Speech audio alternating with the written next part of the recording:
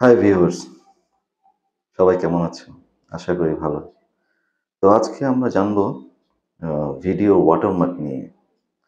যারা video editing করে CapCut বলেন, InShot বলেন, ওখানে InShot যদি হয়, InShot এর লোগো যেটা আছে ওটাকে বলে ওয়াটারমার্ক। অনেকে জানতে চেয়েছে যে ওয়াটারমার্কটা কিভাবে ডিলিট করে আমরা ভিডিও ডাউনলোড করতে পারি, কনভার্ট করতে পারি।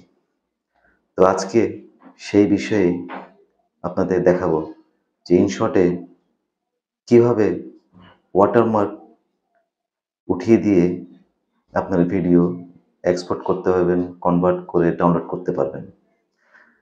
তো লেটস গো, দেখা যাক কিভাবে আমরা কাজটা করি। আপনারাও মনোযোগ সহকারে দেখুন। এটি খুবই দরকারি একটা জিনিস, কারণ ফেসবুকে কোনো ওয়াটারমার্ক সাপোর্ট করে না। ফেসবুক থেকে বলাই আছে যে কোনো ভিডিও আপনি এডিটিং করে করেন না কেন, কিন্তু ওয়াটারমার্ক যাতে না থাকে। তো লেটস গো, আমরা দেখি কিভাবে ওয়াটারমার্ক ছাড়া আমরা ভিডিও ডাউনলোড করতে পারি বা কনভার্ট করতে পারি। মোবাইল স্ক্রিনে চোখ রাখুন। তো বন্ধুরা, আমরা চলে আসলাম মোবাইল স্ক্রিনে। মোবাইল স্ক্রিনে আমরা চলে যাব ইনশটে। ইনশটে যাওয়ার পর যাব ভিডিওতে। ভিডিওতে গিয়ে নিউতে গিয়ে আমরা যে কোনো একটা ছবি করে নিই, বেছে নিই। ভিডিও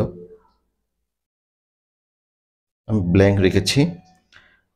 দেখুন নিচে ডান দিকে একদম নিচে কোনায় দেখাচ্ছে ইনশটের আপনার ওয়াটারমার্ক দেখাচ্ছে।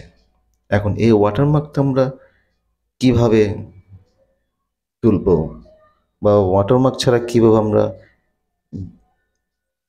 ভিডিও এক্সপোর্ট করব বা ডাউনলোড করব, তো চলুন আমরা সেটাই দেখাই। এই যে ওয়াটারমার্কের এখানে ইনশটের কোনায় দেখবেন একটা ছোট্ট একটা ক্রস চিহ্ন আছে। এই ক্রস চিহ্নতে আমরা ক্লিক করব।